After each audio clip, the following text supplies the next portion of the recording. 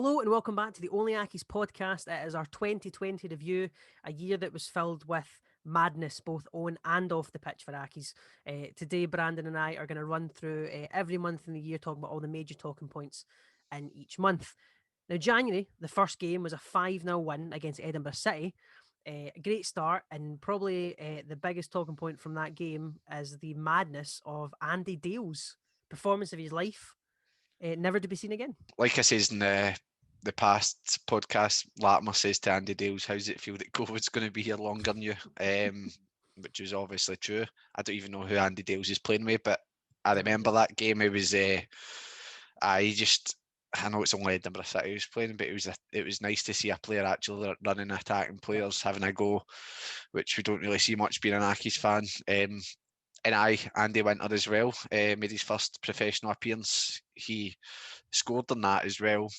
And I think it's just unfortunate that events happened of what they have, and we've had to force them sort of in the team for now. I thought we've rushed them too much since then. Other results that month, we had a 2-1 loss versus Hibernian and a 4-2 loss versus Livy. Livy being one that you would expect us to pick points up, but obviously didn't. I think that Hibs game, though, I remember that one away from home. It was during the week. It was fucking freezing, man. Tatty had his big, massive coat on and Naylor stole it. Gogic scored against Hibs, which is quite relevant, which I'm sure we'll talk about later in the review. But I thought we started that Hibs game quite well. In second half, they just, they scored two and beat us 2-1. In the Livy game, 4-2 game. I'm pretty sure that's quite a weird one, because if my memory serves me right, I'm sure Sean once scored two. Yes, I believe he did. He scored one or two, yeah, which was odd to see Sean won't picking up any goals. But Andy Dales obviously wasn't our only transfer signing that month. We also brought in Sam Woods on loan from Crystal Palace, Luke Southwood on loan from Reading. What a signing he ended up being. And obviously the big one, we brought David Templeton in on a free transfer after his contract with Burton was terminated. Now, we've spoke about Sam Woods a lot on here, so let's look at Luke Southwood, who at the time you probably thought, or I definitely thought, coming in as a backup to Owen Fun Williams, and he turned out to be a fantastic signing and one of the key elements as to why we stayed up. No, definitely. It's just regrettable that he's a sub keeper with Reading now, and he's getting his chance in the cup and stuff like that, because we could really go with him now. But I think it's safe to say that was our best signing of January out of the three. Although Temps, I think when Temps signed, I really appreciated the media, the social media aspect of when we announced the signing of him. This girl song, I thought that was brilliant. So that was a highlight of 2020. But I think Southwood signing kept us up, really. Some of his saves were outstanding, and I was very glad we signed him in January.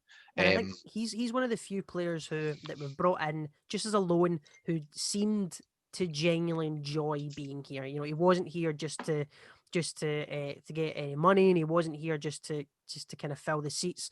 He genuinely, and from an outside perspective, enjoyed being here. He liked the fans. I had plenty of conversations with him. Remember the celebrations at Rangers when he went over and was taking fans' phones. He just seemed like a really nice guy, and somebody that I'm sure everybody would welcome back. I don't think his bird would say the same. Really? You had a very drunken Freddie annoying fuck out of Harner. I think it was Moyle's bird at the time. So I remember that very well. At the game? At the game, I remember that very well. It's just a bit gutting we've not got Southwood anymore. Like he says, you don't get very many Accies players that are there on loan and they look like they genuinely enjoy being there on loan, and interact with the sort of the fans. So a bit gutting. A subject to talk on Southwood, I'd say. Is. And obviously we did have, unfortunately, some players going in January as well.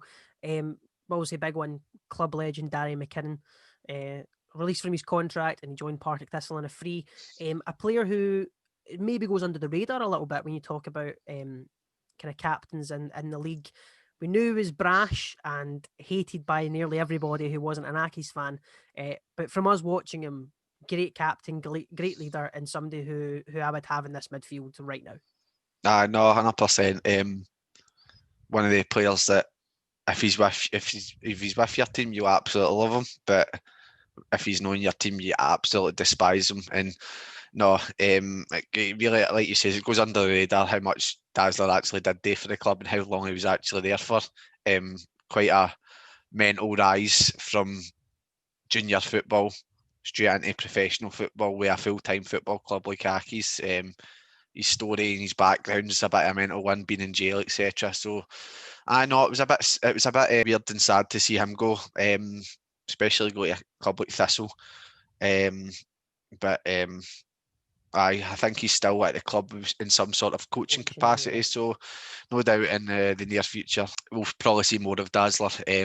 Possibly when there is a bit more normality in their life, and maybe even when Rice moves on, he could be part of somebody's coaching staff or whatnot. Dougie and Daz. But Dougie and Daz, maybe.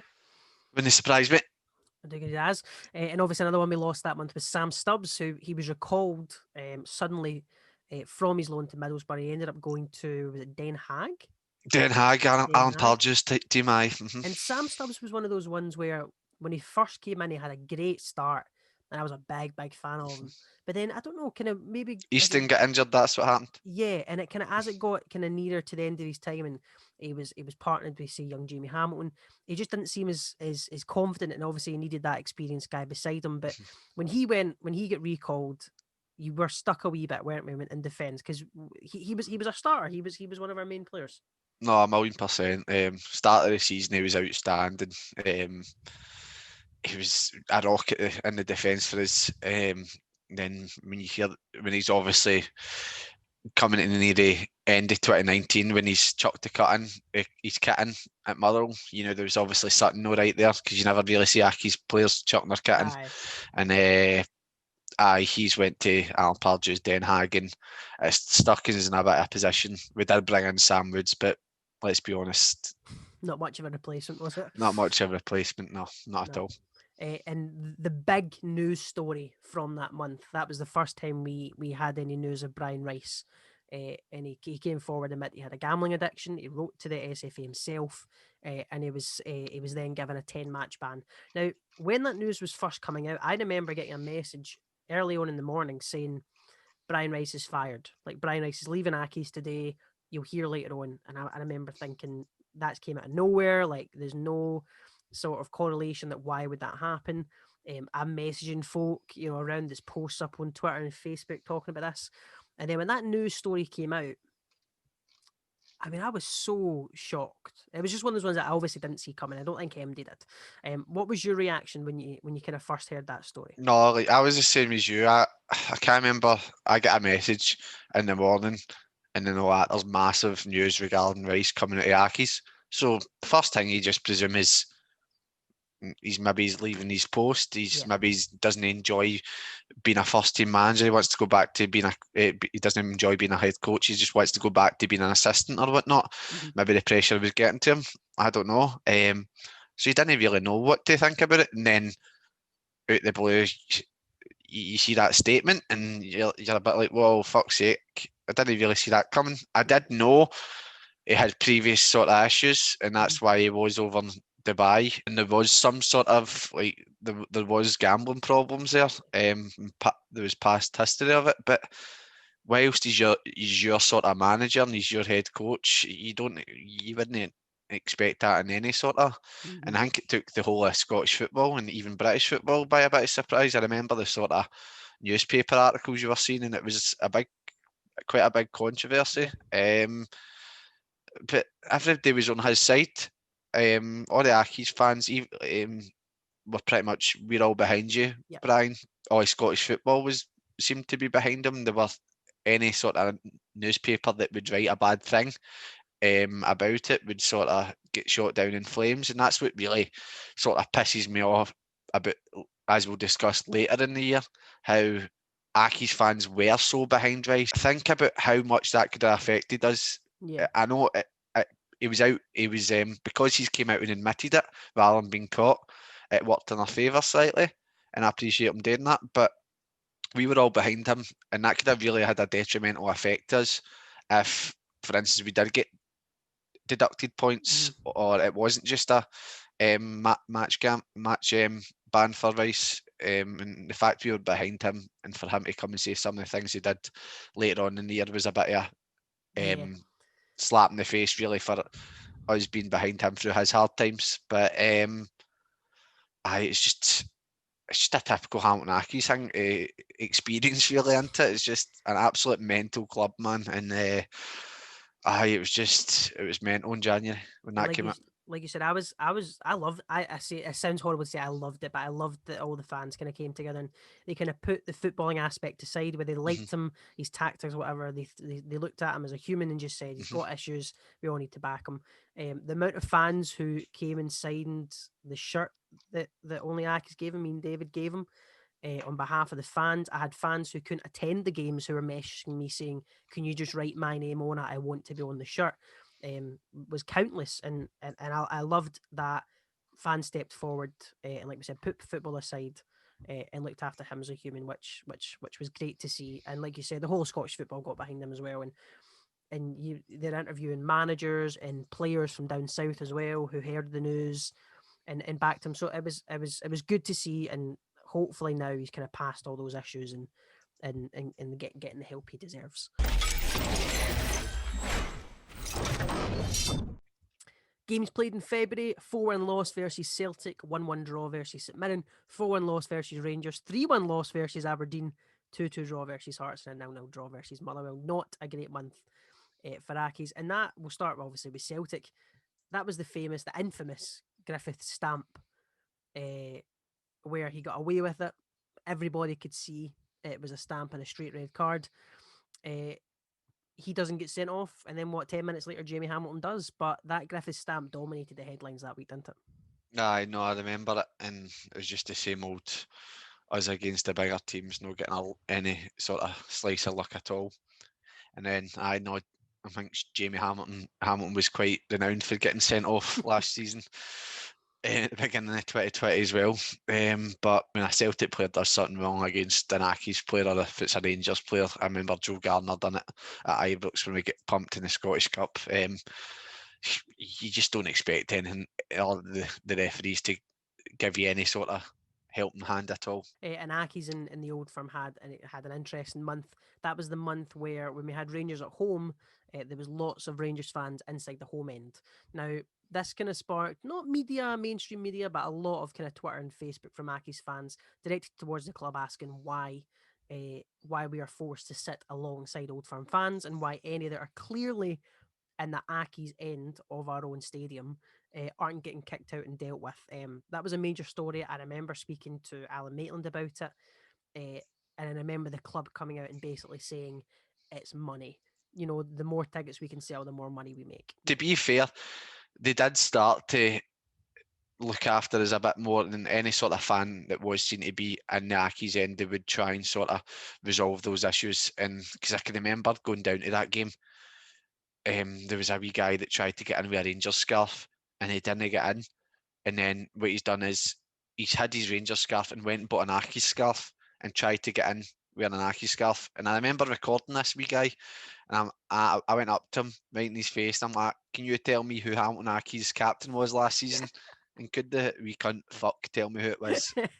Um, but no, it's always been an issue with us and Old Firm fans, and it always probably will. Well, I don't know if it will be going forward because we don't know what season what division we'll be in next year, and we don't know when we'll even get back to going to Fitbus. So I suppose that might not be something we're going to complain about for a long time.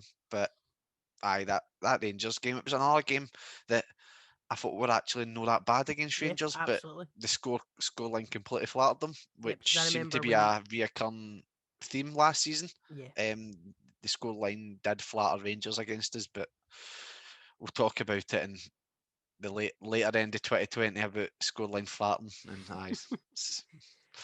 Obviously, another big result that month was a 2-2 draw versus Hearts, who obviously at that time are serious relegation candidates, are right down the bottom with us. And it turned out to that 2-2 draw was annoying because, in my opinion, we deserved to win that game. But it was an incredibly important result as well because I believe that kept Hearts below us in the table. I know that was sure we're 2-0 up. And Jamie Hamilton gets sent off again. Yep. um, no, it was another game that we certainly, even with the 10 men, I thought we deserved Yep. the 3 points, which at the time we saw as crucial because we were on a horrible run at But the just the time with whole mentality of the the whole club was really mentality. We hadn't won in a while. We would go there, we get a good performance. We just thought we were going to get beaten. That'd have been us bottom of the table, and it was a bit of a kick in the teeth that we only got a point, but the rest history really for then on in. We then go and play Motherwell at home, yep, 0-0. 0-0 draw. I'm sure they get someone sent off first half. To be fair, we didn't really threaten them that much. I No, I was think going to a say it draw was one was of those probably fair. games. Yeah, it was one of those games where Um, they get a man sent off, but no team really capitalised on that, and it's one that we could have and probably should have, but typical Accies, we ended up not doing it. Another big thing that happened that month, not necessarily for the club, but for me and for Only Accies, was that was our first interview that we did, and it was with Paul McDonald, obviously former player. And just on a personal note, it's probably the video on the channel that I'm most proud of. It took so long to organise, so much research. Obviously, a player before my time, so I was relying on older fans, relying on them, their information, and speaking to other people about Paul. Paul was very nice. Took time out of his day. Worked with Kilmarnock Football Club, so came over to Accies and did it. And it's like I said, it's probably the video I'm most proud of because I managed to get a little crew together to shoot it properly with multiple angles.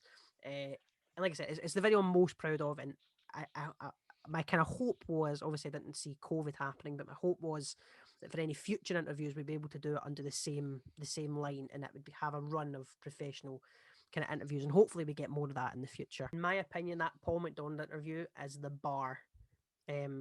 Once everything gets back to normal and we're able to do it, that's the bar, the minimum bar I would like. Is that style.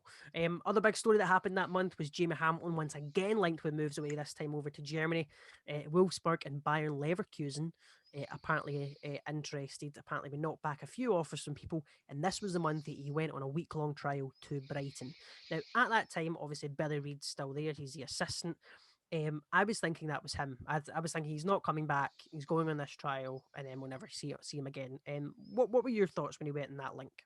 They went in that trial, I should say. a bit amateurish, in my opinion, that you're allowing one of your first team players at the time to go and try a week trial with another club. Find that a bit amateurish. I'm all for Aki's being a selling club and progressing youngsters, stuff like that, making building the foundations for their future. I don't know. Sometimes when you see us flaunting players in the media, you tend to think it's an agent say that's just trying to get this big fee for Aki's, etc. Try and get the player to move. He's went down to Brighton for a 1 week trial. I think I'm the same as you. When that happens, you're like, well, if you're allowing it to go down midway through the season, surely that must be must be practically just to show him the ropes, let him settle in, see what he's going to be, where he's going to be working, where he'll be living, etc. But you know what happens after COVID? COVID expands, and could, for all we know, Jamie Hamilton could have been going down there, and that's what stopped him. Who knows? But I just found it a bit amateurish at the time that we allowed that to happen. Because I remember, I totally agree, it's very amateurish. I remember when he did come back and then he was in the lineup for the next game, and I remember thinking, has he went down there? Have they asked Billy Reid to organise a Premier League training, whatever, if he was on the 21s or whatever, just so he kind of sees what it's like, just as an early bit of experience? Like, I totally expected him to go there and stay there and never come back. But part of me kind of thought, have they organised that just as a kind of this is what could happen to you? It's a bit it's really weird. It's I don't think I've really saw anything like that. I've heard the people going on trial and stuff like that, but someone going midway during the season for a week's training, it's not something you really hear much about. And it's for a Scottish Premiership club to allow a player to go do that. Like I says, it didn't really sit that well with me, but he's still with us, and who knows? Maybe I'll go and try out to Brighton when the restrictions are lifted again. God knows. Now, before we talk about the games in March, because they are obviously major talking points, little quick run through of the news. Moyo and Augie signed new deals that month, and at that time they were forming a little bit of a partnership. Obviously, Augie scoring at Hearts and all that, and they looked a little bit like they were going to be a good double act, just two big, strong guys who were going to cause problems for any defence. No, 100%. I remember when we signed them both down until 2023. I think pretty much majority of Aki's fans were actually pretty happy and buzzing about it. When they were playing up top together, they were offering something different. It was something we hadn't really seen before, Yeah, and it did. It was working. It was working out. Um, Having one of them, if you're playing one of them up front ourselves, clearly as we've seen recently. recently, doesn't work.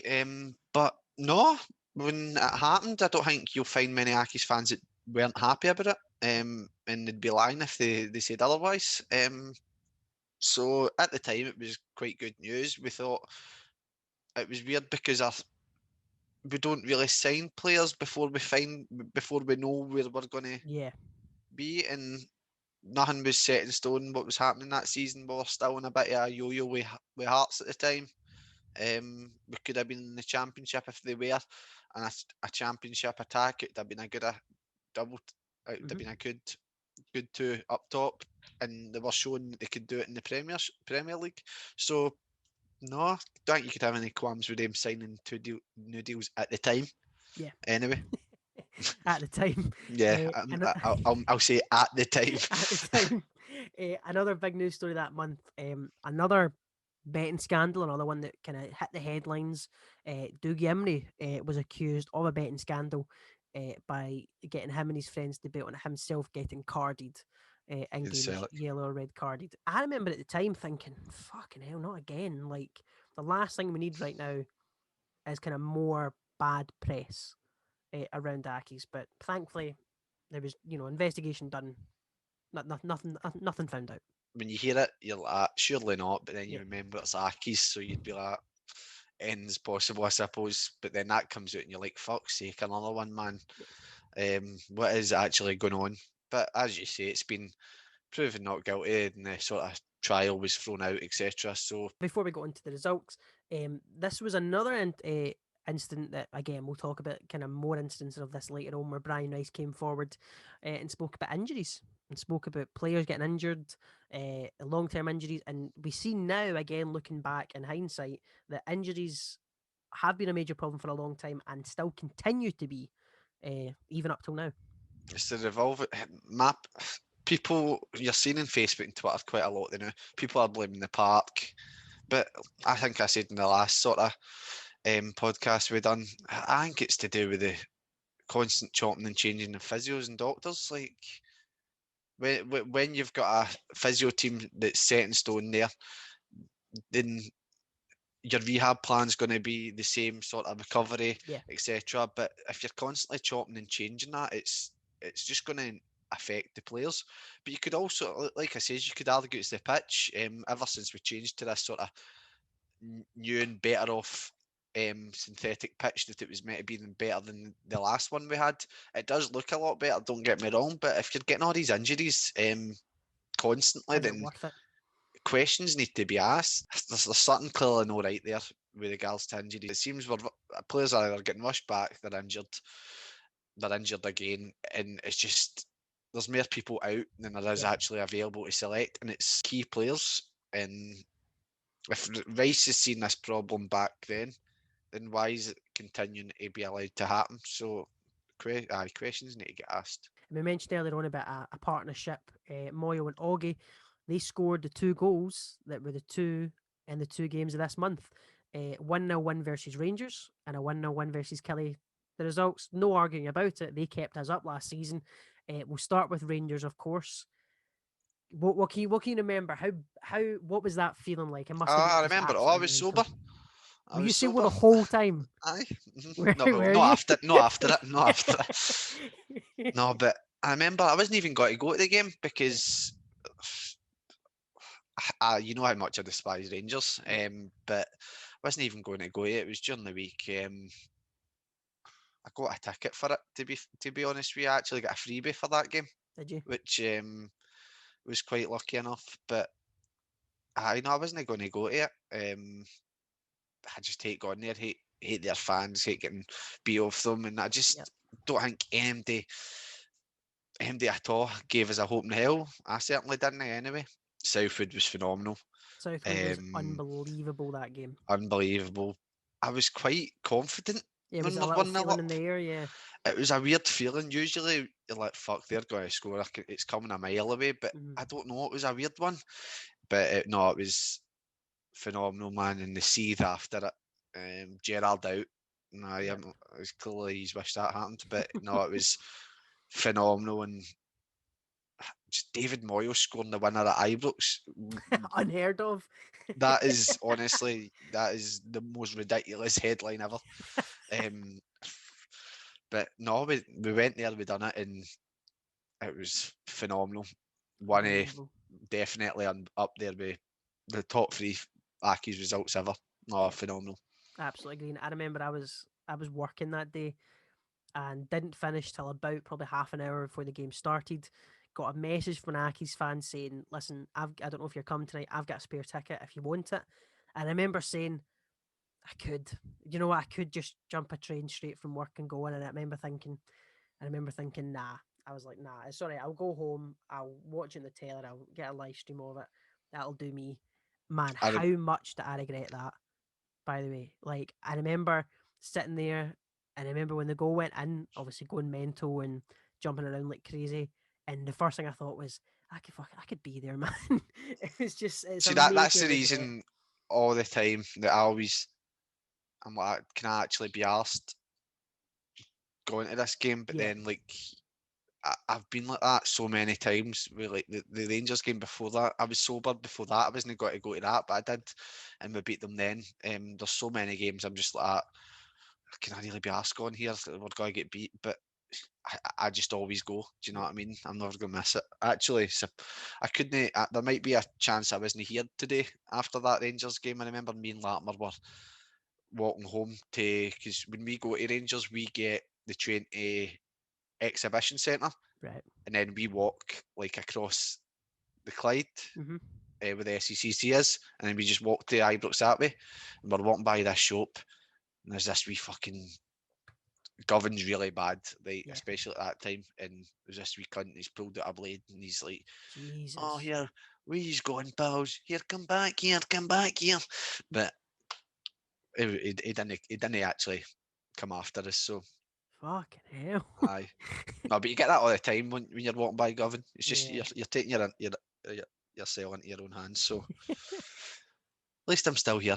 Still here, thank goodness for that. Another obviously big result, the one that, like I said, kept us up. 1-0 win versus Kilmarnock at home. A game that I'm confident in saying that we dominated. We deserved to win, but it was a 90th minute Marius Ogumbo penalty that did it. And one of the worst penalties, Horrendous. bar Dazzler's chip, remember in the cup, over the Oh, bar. Bar that penalty, one of the worst penalties I've ever seen. But thank God the keeper had Poppadom hands and it went and it deflected into the top corner. And I've got a video. If I find it, I'll play it over the top of this while I'm speaking. But of fans' reactions and fans celebrating, because I think we all knew that that would be a major result in helping keep us up. Because obviously Hearts were below us. We didn't know what was going to happen, obviously with COVID, but we all knew how important those 3 points were going to be. we were like that last season. We were really bad, right? I I I think if the season continued, well, saying that we've beat Rangers, so that's put us on a massive Yeah. high, right? We've went into that game against Kelly, and it just looked, it seemed like a sort of typical Aki's in a high performance where we're actually on the front foot and we should be winning, but it Mhm. looked as if it was actually we're not going to win, but we're on a high. The game was going to finish. We've got a draw, and then that's when we go back downhill again. But as you say, last minute penalty, we win 1-0. I think we done our first podcast after that We did. in the stadium, We did in the um, cinema room. in the cinema room. That was quite a weird experience, but a good experience, I suppose. But And here we no, are now. here we are now, and Here we no, are the now. rest is history with with that penalty and Yeah. that result. And we kind of got a taste of what was going to happen because we were due to obviously go up to Ross County and play them, and fans were set to go. I think buses were booked. It was the night before, I believe. And then we got a message basically out saying, "Stay away from Ross County if you're feeling well. If you get a cough, you get a cold, stay away. You won't be allowed in." And next thing you know, the games gets cancelled, and that was their first kind of real taste of what COVID was going to do to football in general. It couldn't have happened at a worse game. I know that's like because I remember I spoke to Scott McMahon not long after. I'll play a clip of that later on, but I remember saying to him, "Did you hear that voice crack there? That was terrible." I Sounds like a wee spoke girl.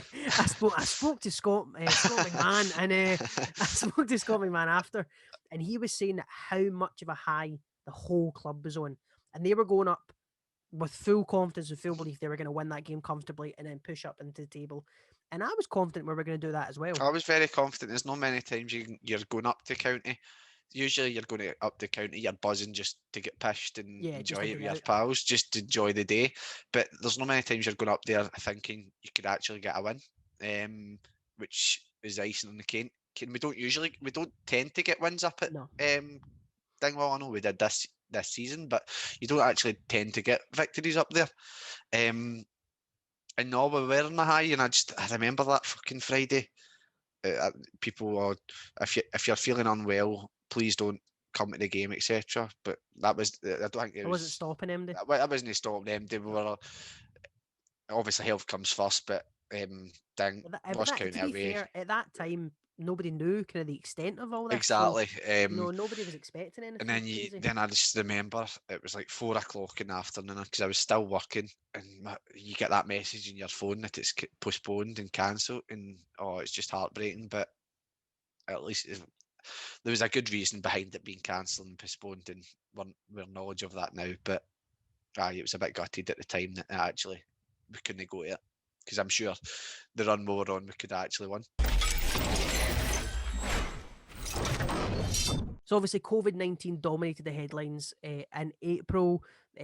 First off, the big news was that players first started to be furloughed by the club, and that was the first, and I'm sure in your lifetime as well that you'd ever heard of anything like that.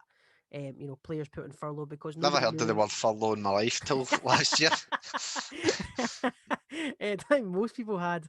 But it was such a weird place to be because nobody knew what was going to happen with the season. There was talks of obviously fans not being able to come back in, which we'll talk about more kind of later on. We didn't know if the season was going to be halted or go ahead or whatever. And when you heard the news that players were being furloughed, what was your initial instinct? Did you think that's it? That time was just absolutely insane. After the Ross County game, we had us playing virtual football matches and stuff like that, which was fucking insane, unheard of. Players getting furloughed because as you say, never heard of the word. There was so much uncertainty what was happening. It was just, I think we can all safely say it was the weirdest year of our Yeah. lives. Being a football fan, it was just, and it still is in my opinion, shite. But Hmm. it was just a livelihood was taken away from us, Yeah. and as you say, players being furloughed, so they're not actually getting to train. So I think it was safe to say, that was it finished. The season's not finishing. Players can't go train together. Players were not playing any matches.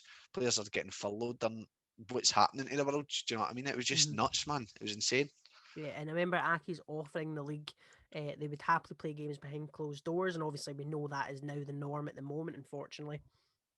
But that was to avoid the league getting halted. Next thing you knew, there was major talks of league reconstruction.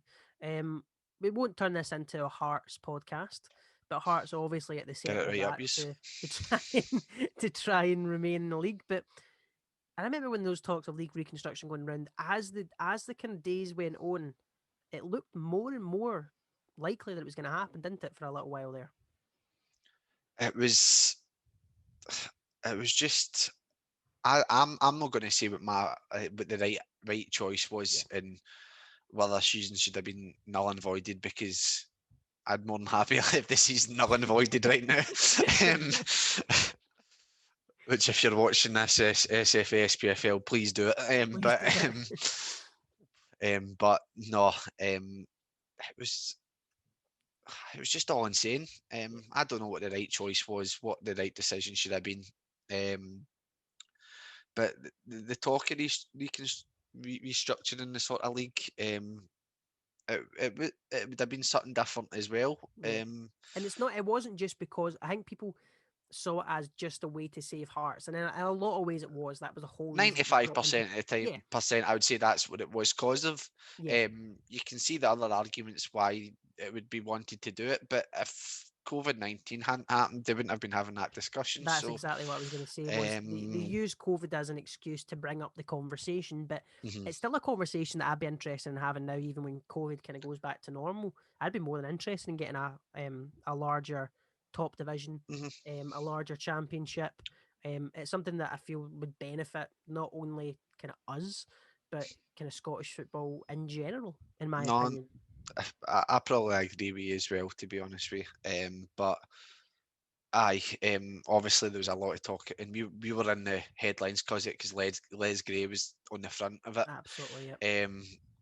So Accies were always part of the sort of headline with regards to all because Hearts were the main talking point, Mhm. but whatever implications it had to Hearts, it was either going to have a positive or a negative effect on us as well. So, Absolutely. um, obviously, although there wasn't any football at the time, and our livelihood was sort of taken away from us, um, there was always still talking points and there was always still discussion points for us to be interested in whilst when we woke up and we went on social media, and there wasn't any sort of results to discuss. So I suppose you could say we weren't bored. No. We were always having something interesting and something new to read the next day. Yeah, and kind of one of those situations was we were lucky enough to get Alan Maitland. He agreed to come on our podcast and discuss players and league reconstruction and all of that jazz. And I remember we got a headline out of that, didn't we? Aye, Daily Record, Alan Maitland slams Anne Budgie's plan of reconstruction. and Budge was in the same sort of board, whatever, Yeah, as Les Gray. So Maitland isn't going to come out here and call Anne Budge a cow. exactly. But although many people might think it, I think we did a few times, didn't we? aye. But no, it was good of Maitland to come on to the podcast. We got a headline out of it. He gave us his opinion on it. He opened up to the fans, which was good because we're always crying out to hear stuff for the club, find out their opinion on stuff, get information as much as possible, converse with the fans. So that was really good at the time for that to happen. I don't think we're getting much of that now, which is Yeah, not the best, and it'd be good for Alan to possibly reach out and we have a similar sort of discussion, yeah, absolutely. which I don't see him having much of an issue with, No, which would be good. So Alan, if you're watching, please reach out so we can possibly talk about our current anything, situation, so we can just anything really, anything Accies. any update Uh, would be great. any update would be great, but no, it was good at the time for him to talk to us. And another exclusive when he revealed that Temps was signing a 2-year extension, which Absolutely. at the time we were all absolutely buzzing about. There was barely any football. We You know, didn't have much football things to yeah, be happy about. And when we got that news, we're absolutely buzzing about it. I think you can. Unfortunately, and sorry, mate. I was You gonna go on. say, I think you can hear it in the clip. I'll play the clip here.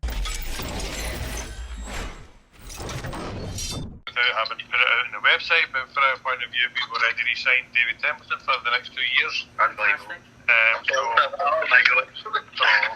So I'm giving you that. Now I'll need to tell somebody to put it on the website. I think you can hear in that clip that none of us really clock on to exactly what he said until a few seconds after it, because he just kind of blurts it out. He just kind of goes, "As far as I'm concerned, David Templeton signed a new 2-year deal," and blah blah blah Aye, blah. And I remember us all going, "Wait, what? aye, Sorry, no, what's no. just happened?" And I remember me and David frantically on call after that podcast finished, being like, "We need to get this out now." I know we were meant to keep it an exclusive, but it was in my group chat straight away. Oh, mate, I don't blame you. I don't Um, blame you. but like I was saying there, mate, we signed him on a 2-year deal. Latimer was probably the only one that wasn't too buzzing about it. He mentioned what happens if he gets injured and he's out for a season. Yeah, I guess. So futuristic Latimers fucking obviously Mystic knew, Latim. Mystic Latimers knew what was happening. But They should make hindsight's that a good thing. segment. Hindsight's a good thing. And no, it was good for us to find out the whole Temps signed a new deal then, because we didn't have much to be No. happy about. Football, our livelihood was gone, and it was nice of Alan to come on and sort of have a discussion and explain the current Aki's stance to all things. And I suppose the bad thing about that all was when he told us that quite a lot of our players would look unlikely to sign new deals. Yeah. What he said at the time was it was looking likely. I'm sure that majority of the players were going to go down south, which obviously since then we know has not been the case. But aye, that was a bit of a damper. But no, I think we can both say, and we did at the time, we're very appreciative of Alan coming on and giving us that sort of information at the time. Absolutely. And as we said, he's welcome on any time. I will quite happily say any fan who holds any opinion, no matter how crazy it is, or whatever, and anybody from Aki's who wants to come on is more than welcome to any time. And don't be scared by the good guy, bad guy routine. We've got going on. I might seem like a negative bastard, which I'm constantly getting told, but I would love so much not to be a negative bastard.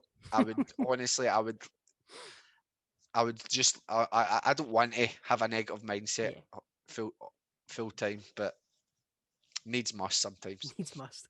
And one final big news story was Adrian Beck, a player who wasn't here for very long. Exactly. Who's that guy?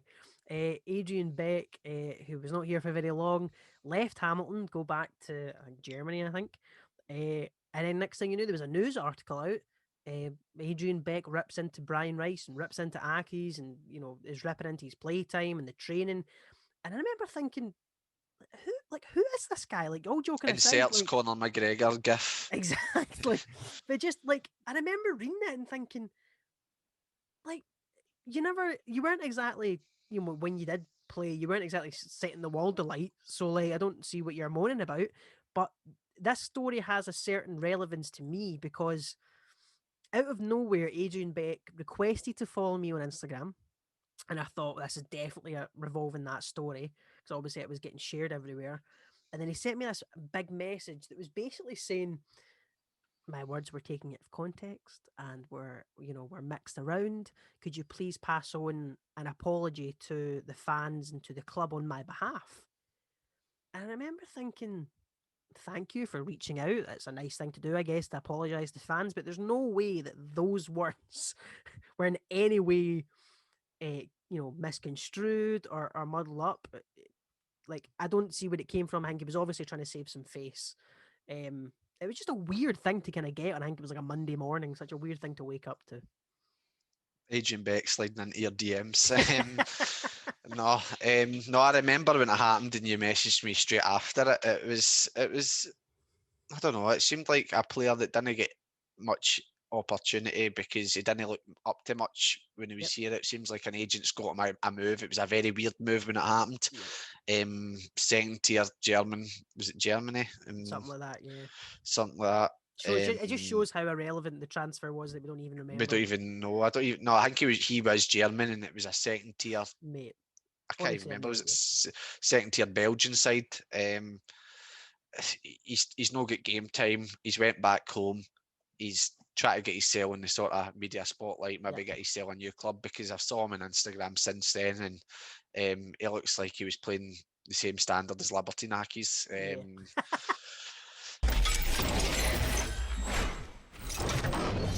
Into me now, and obviously the biggest story from that month is going to be that the season was officially ended. Clubs put it to a vote. It meant Hearts were relegated. However, we knew that there was going to be a preceding court case, but the season was officially ended and Accies were officially safe.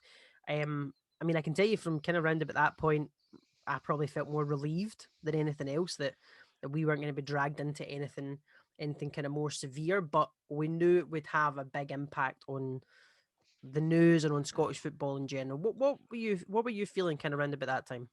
It was obviously that something was coming. It was talked about for ages. I don't know what I was expecting to happen. It's just mental, the whole scenario. You still find it hard to believe it all happened. But no, like you says, as soon as it did happen, it was a sort of bit of relief. Get it right up your hearts. We shitey Ackies have done it again. Sort of thing. Don't get me wrong, I'd have much preferred if we played to the end of the season. We might have get relegated. It was obviously a big if that might have happened for all we know. That was it over and done with. There was a couple of months without football. It dragged on for a while, and I eventually came to a decision, and it was one that benefited us for a change. Because it seemed to be, we spoke to Scott McMahon at the time, or just before the vote was kind of officially cast, and I'll let you hear what he said when we asked him what he and the players would like to see happen. Well, I think the way we were going, I think we were looking up the way. Mm-hmm. So I think even to finish 11th would obviously mean safety, but I feel like we could definitely went higher in the table. So I think I would probably like to finish the season off and see where we can get to. Obviously, safety's the most important thing, but I think we were sort of growing in confidence and stuff. So you can see from Scott McMahon, he wanted to play the games. The fans wanted the games to be played, and I think by the sounds of it, nearly every player that seemed to speak up in the press wanted the games finished, but it was taken out of their hands. And at the end of the day, it was for everyone's safety more than anything else. It's just a shame that, like you said, fans have been without football for a few months. After that decision was made, Accies then revealed that they were going to be the only team, I believe the only team in the SPL that they were not going to sell season tickets. For the with regards to that, I remember seeing some fans, the other team saying that we're going heading into administration. Fucking just ridiculous things they were saying. I think Accies actually announced that prior to the announcement of the season finishing, so it was quite a weird one, the fact that they announced that. But at the time, I remember saying that it'll be interesting to see how the sort of pay at the gate method will be, but obviously that wasn't that wasn't going to happen.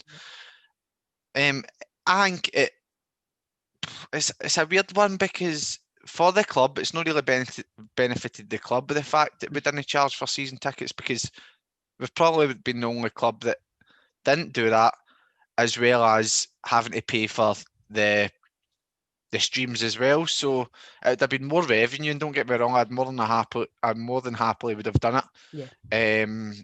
But they made that decision, and fair play to Accies for doing it. Because I remember at the time saying at the time that I kind of appreciate them doing it, because it meant that, because a lot of us obviously were out of work, I still am, would be unable to pay it.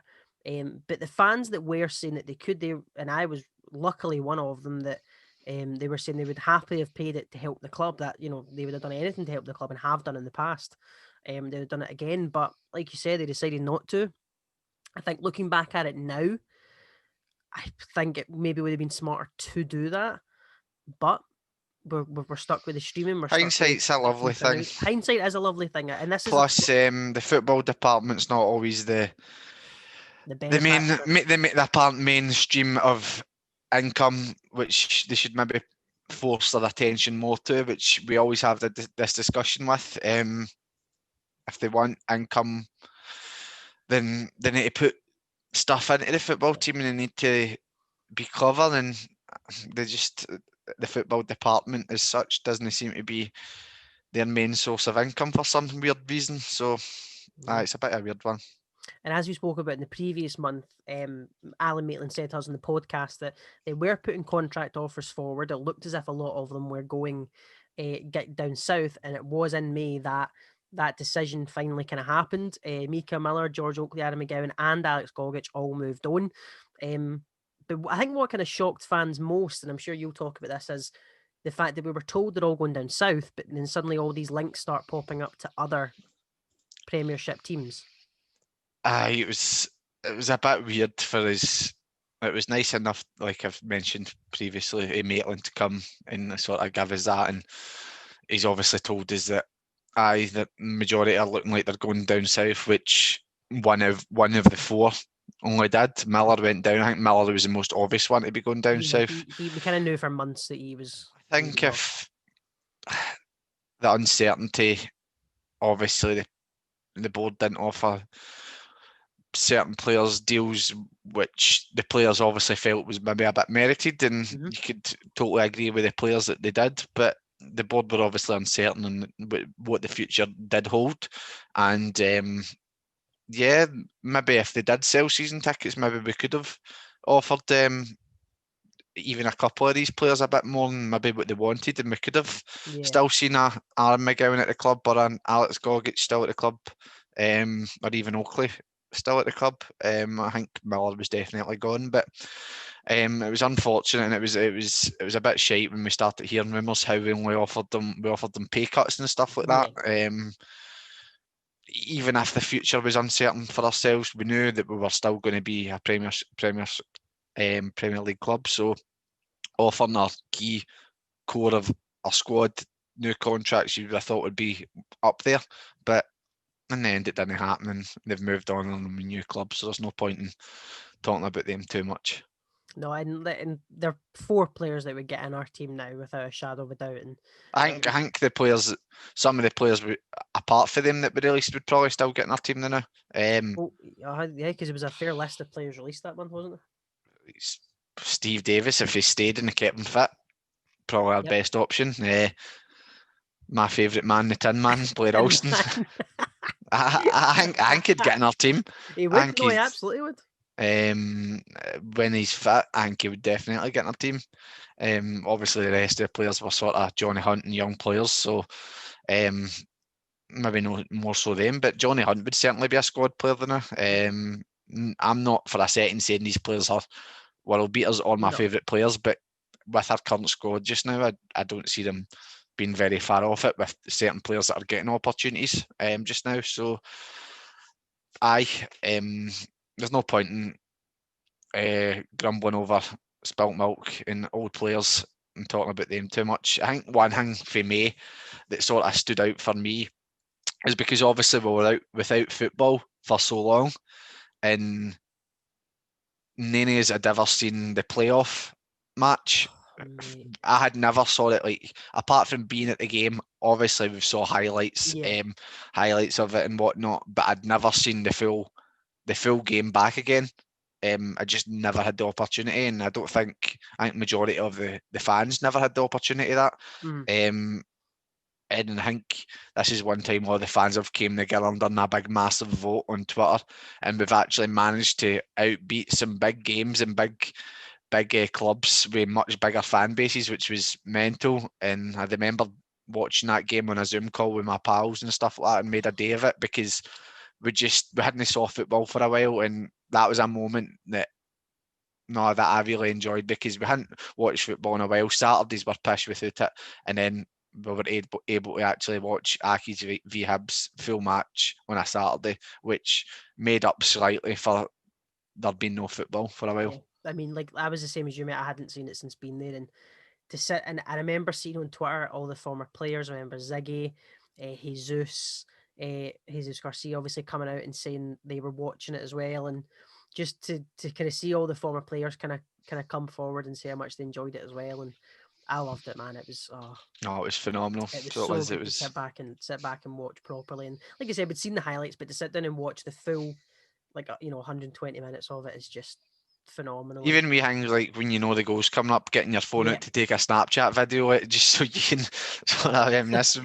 Might sound like a weird bastard doing that, but I can guarantee half the folk watching this done the exact same thing. Mate, it was just surreal. It was, and like I said, to kind of see former players come forward and watch it as well was just fantastic. It's brilliant. And on that day, I remember in the morning, we were meant to speak to Ziggy Gordon, or we did speak to Ziggy Gordon. And it's a big regret I have for the channel. sorry to put a damper on this, but it's a big regret I have with the channel is that interview. And it's not to say that it's. I did try and, to be fair, I No, did no, try and warn you. I know you I did. warned I know you. you did. And like I said, it's a massive regret because we were meant to do it, and he's obviously in Australia.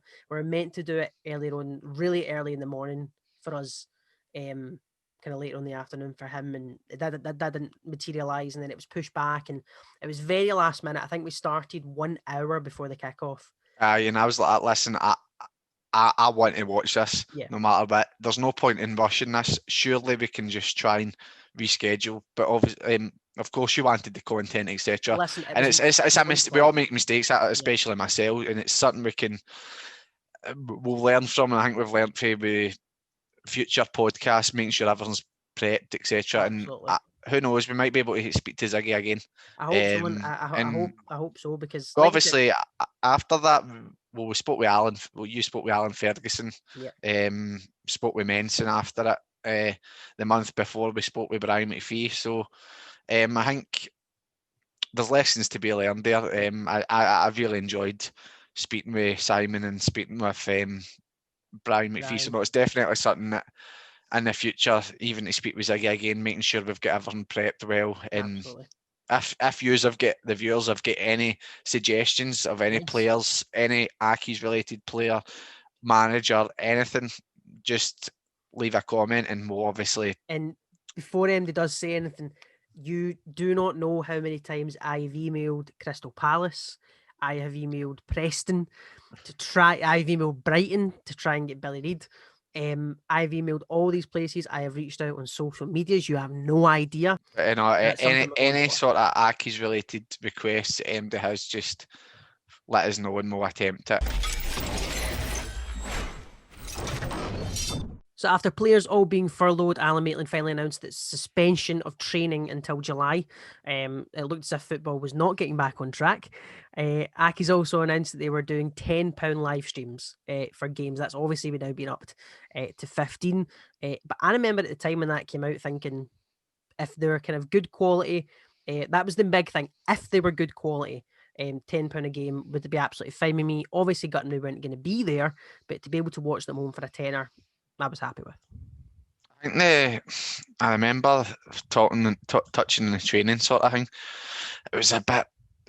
People were a bit sceptical about when teams were going to go back training, etc. But you had your Celtics, you had your other teams going back a bit earlier, so you were wondering why sort of the small teams weren't going back until sort of July. I can remember at the time I was found that a bit bemused, but they were obviously just looking after the safety of, because it was unknown at this point and nobody had a clue. So as we've said, hindsight's a wonderful thing, but could be the argument, and that's why we've had such a poor start, was because our training was a bit more delayed than other teams. But I think you'd just be clutching at straws using that argument. In relation to sort of £10 live streams, another typical case of Accies saying one thing and doing the other. Which, don't get me wrong, I don't have any qualms paying £15 for a live stream. It's not what I want to be doing. I want to be at the games, but needs must. When it was first announced, it was quite interesting because it was the world of unknown for us fans that go to games every single week. I was dreading having to watch games on the TV, but you still had a wee sense of excitement to see how it was going to come about, how it was going to unfold. I think the fact that they've went back on the sort of the £10 and the £15 thing, you'd have thought at that point that they were maybe going to go back in the sort of season ticket thing. And one thing that really sort of bugs me, and it's not just June related, it's just in general, is the fact that Accies don't offer sort of instalment packages for season tickets. And I think if they went back in it, and I saw it back at the time, Clyde done a similar thing where they offered you an instalment package. You could pay up in as much instalments as you want. Your season ticket was £250. I think that got you, I can't remember what it was at the exact time. It got you your full season ticket. You could use that to get discounted items in the shop. You could use it for every game, but then that didn't really include the pay-per-view. So if, for instance, people were out of work and people were struggling, I don't think they would have an issue Yeah. paying for a season ticket up in instalments. And this is an issue that majority of our fans have, even when we are allowed at games. Practically 99% of football teams allow you to pay for your season ticket up in instalments, and I think it's something that Accies are missing out on massively, and our season ticket sales would certainly increase if that option was given there, because not everybody's got £350 spare to just chuck away. So I think that's something that Accies really need to have a look into. We've introduced a card machine. We've came into the 20th century, so in the future, let's fingers crossed that an instalments option will be there for us to be able to purchase our season tickets. There was another kind of weird piece of advertising Aki's done that month. They announced a sponsorship deal with Doner Kebab, which would put fan cutouts in the stadium in place of fans during the game. Now, this isn't an Aki's only thing. This is big in Germany. Apparently, it's massive in Germany. It's in Spain as well, so it's not just a standalone thing, but aye, but they don't have somebody eating a kebab on their cutouts, do they? This is what I was coming to, where they have like in the strip and like the fan's face plonked on it. You're thinking fantastic, but ours is us eating kebabs. It's an interesting way to make money. But it's just a weird kind of. It's a very Accies sponsorship, because I remember when it came out, it's big sponsorship with German Doner. Apparently they were opening a store in Hamilton. Wait, is that came about? Is that not came about? Of course it's not. Has it not? I had no idea. I didn't even think about it. No.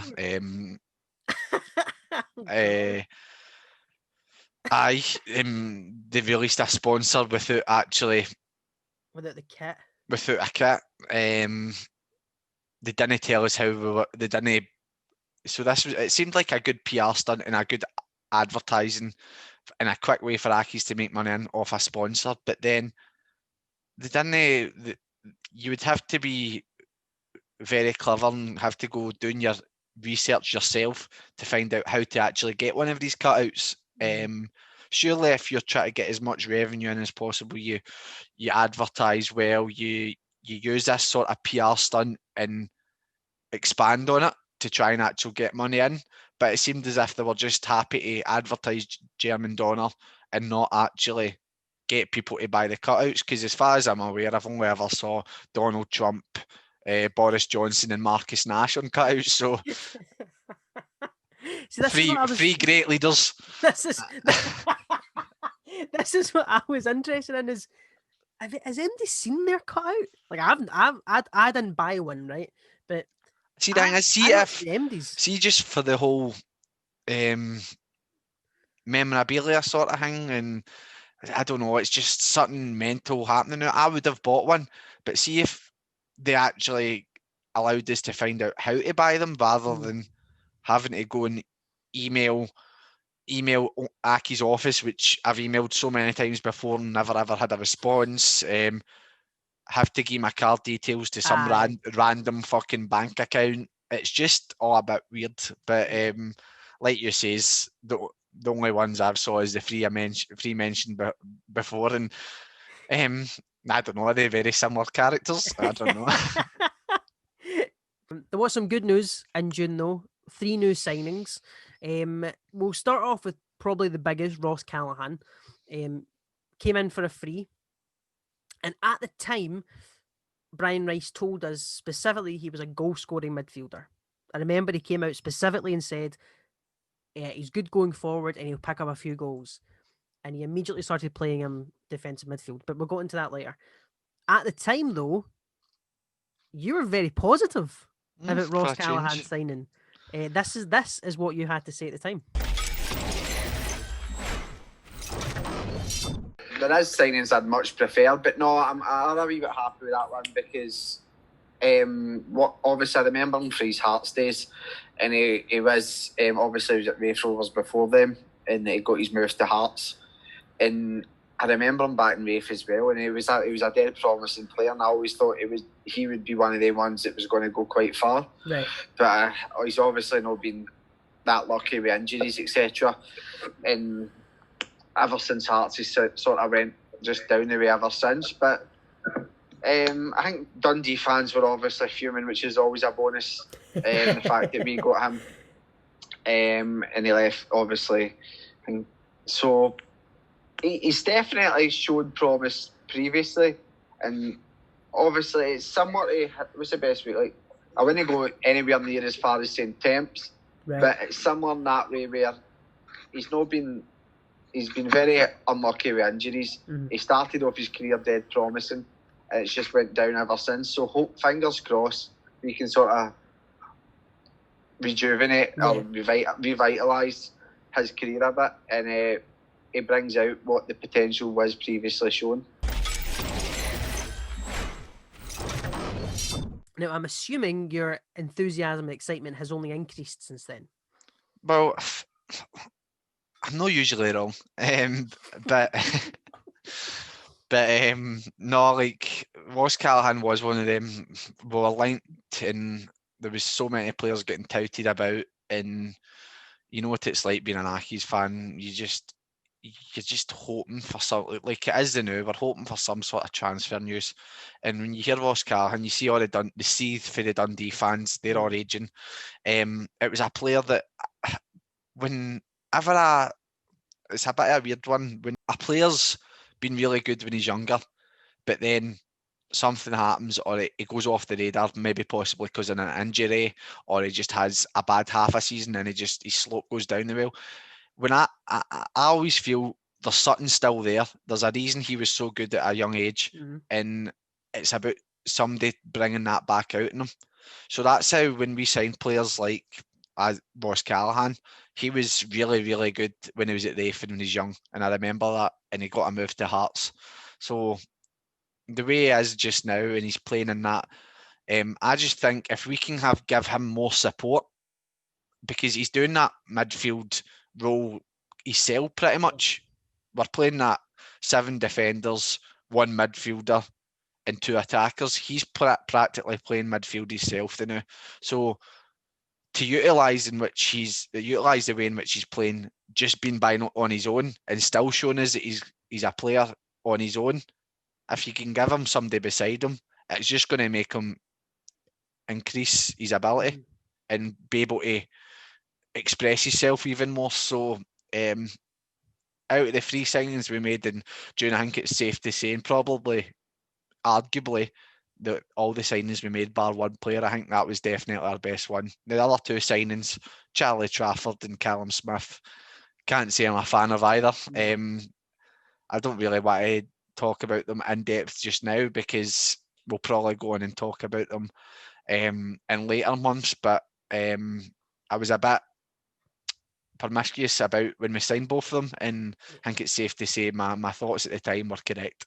Yeah, absolutely, and I absolutely agree. Ross Callahan being a major signing. In terms of the other 2, I remember at the time going and asking Inverness fans and asking Dunfermline fans what they thought of the 2 of them, and pretty much every fan I spoke to said that they were surprised they got a move to the top division, and they did not think they were ready for that jump, is what they all said about Callum Smith and Charlie Trafford. 1885 Ben, who runs a YouTube channel as well, was a big Dunfermline fan. I asked him about Callum Smith, and he said when he first kind of saw Callum Smith for Dunfermline, he was exciting, he was quick, he just never kind of had that end product, and he didn't think it was really going to go far past that level. So he was the same when he said he saw that move. He was more shocked than anything else. But Ross Callahan, man, what a signing he's been.